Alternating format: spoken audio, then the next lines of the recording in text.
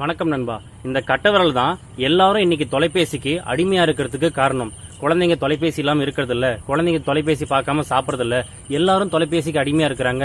எப்ப பாரு தொலைபேசி பார்த்துட்டே இருக்காங்கன்னா அதுக்கு இந்த கட்டவிரல் தான் காரணம். இங்கதான் மனித மூளையின் எவ்வளவு பெரிய அறிவியல் நுணுக்கத்தை இந்த கட்டவிரல் மூலமா தொலைபேசிக்கு பயன்படுத்தி சிந்திச்சு திட்டமிட்டு செஞ்சிருக்காங்க.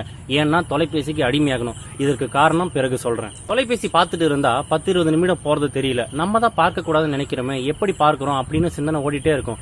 ஒரு நாள் தொலைபேசி பார்க்க வேணான்னு மூளை சொல்லுது, மனசு தடுக்குது. இருந்தாலும் ஒரு பக்கம் பார்க்க தோணுது. காணொலியை தள்ளிட்டே இருக்கேன். அப்பதான் கட்டவிரல் மேல கவனம் போச்சு. நம்ம வேணான்னு நினைக்கிறத சொல்றத இந்த விரல் கேட்காம ஆட்டி படைக்குதுன்னு இந்த கட்டவிரல் தள்ளுறதுனாலதான் காணொலியை பாக்குறன்றத நான் தெரிஞ்சுக்கிட்டேன். நீ பார்த்துட்டு கட்டவிரல் மேல பழி போட வேணாம்னு சொல்ல வேணாம். இங்கதான் அந்த அறிவியல் நுணுக்கம் இருக்கு. நம்ம செய்யற செயல், வார்த்தை, பார்க்கிற பார்வை, நடப்பது, கை கால் அசைவுகள் எதுவா இருந்தாலும் முதல்ல மூளை இதை செய்யணும் கட்டளையிடும். கட்டளையிட்ட பிறகுதான் நம்ம மனித செயல்கள் தொடங்கும். மனித உடம்பு ஒரு செயலை செஞ்ச பிறகு மீண்டும் அதே செயலை செஞ்சா மூளை அதுக்கு பழக்கப்படுத்திடும். இதே நுணுக்கத்தை தான் கட்டவிரலுக்கும் தொலைபேசிக்கும் பயன்படுத்தி இருக்காங்க. தொலைபேசியில காணொலி இருக்கு, மேல தள்ளினாதான் நிறைய காணொலி பார்க்க முடியும், நீ மேல தள்ளுற வேலையை பாருன்னு மூளை விரலுக்கு முதல் தடவை கட்டளையிட்டு பழக்கப்படுத்தும். பிறகு நீங்க எத்தனை முறை காணொலி பார்க்க போனாலும் விரல் தானா நகர்ந்து கொண்டே இருக்கும். தட்டுல சோறு இருந்தா கை வாய்க்கிட்ட வர மாதிரி.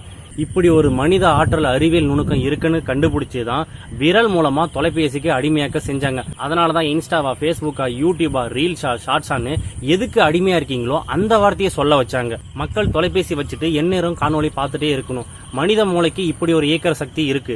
எந்நேரமும் மக்களை எப்படி காணொலி பார்க்க வைக்கலாம்னு திட்டமிட்ட நேரத்தில் தான் இப்படி ஒரு அறிவியல் நுணுக்கத்தை கட்டவிரல் மூலமா தொலைபேசிக்கு பயன்படுத்தி அடிமையாக்குனாங்க. இதெல்லாம் எதுக்குன்னு கேட்டா, மனித மூளை மந்த தன்மையில் உருவாக்குவதற்கு.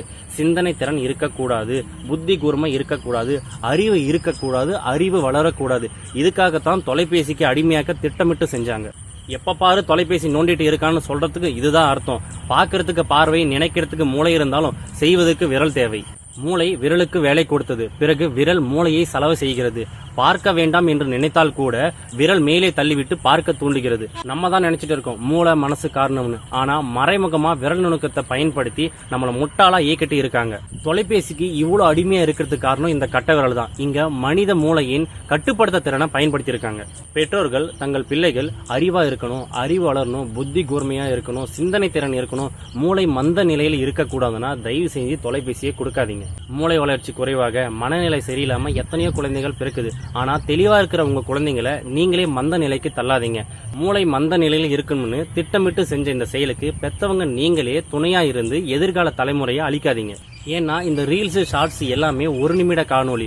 கோபம், அழுகை, சிரிப்பு, கவலை, அறிவு, அமைதி, ஆசை, ஏமாற்றம், நம்பிக்கை, துரோகம், உண்மை, பொய், சிந்தனை, குழப்பம்னு பல கோணங்கள்ல வரும். இத பாக்குற உங்க மனநிலை தெளிவா இருக்காது, மந்த நிலையில தான் போகும். இப்படி மனித மூளையை சிந்திக்க விடாம தடுக்கிற செயல்கள் தொலைபேசி மட்டுமல்ல, தொலைக்காட்சி, ஆடம்பர வாழ்க்கை, பணம், போதை பழக்கங்கள், சினிமான்னு பல செயல்கள் சொல்லிட்டு போகலாம். இப்படி எல்லோருடைய மூளையும் மந்த நிலையில போகணும்னு திட்டமிட்டு கண்டுபிடிச்சு இந்த செயலை செஞ்சதும் ஒரு மூளை தான். இன்னைக்கு இருக்கிற குழந்தைங்களுக்கு தொலைபேசி கொடுத்து இப்படி செய்ய காரணம், இன்னைக்கு 20, 30, 40 வயசுல சிந்தனை திறன் நம்மளுக்கு இருக்கு. ஆனா 2024 பிறக்கிற குழந்தைங்களுக்கு தொலைபேசி கொடுத்தா ஒரு தலைமுறையே மந்த நிலையில வளரும். அவங்களோட 20, 30, 40 வயசுல சிந்தனை இல்லா மக்களா உருவாக்கி அடிமையாக வாழ வைக்கணும்னு தான் இப்படி திட்டமிட்டு செஞ்சது. மக்களுக்கும் குழந்தைங்களுக்கும் தொலைபேசி கொடுத்து இப்படி மந்த நிலையில உருவாக்கி சிந்தனை திறனை அளிக்க காரணம், யாரும் வருங்காலத்துல அறிவாளியா உருவாக்க கூடாது, அடிமையா எல்லாரையும் வாழ வச்சுக்கணும் அப்படின்ற ஒரு எண்ணத்துல தான் இப்படி செஞ்சிருக்காங்க. உலக அளவுல தொழில்நுட்பம் இருக்கு, பல கோடி மக்கள் இதை பயன்படுத்திட்டு இருக்காங்க, கோடிக்கணக்கான வியாபாரம் இருக்கு. ஆனா ஏதோ ஒரு மாநிலத்துல, ஒரு மாவட்டத்துல ஒரு சதுர அடியில நின்று நீ சொல்றது உண்மையானா இதுதான் உண்மை.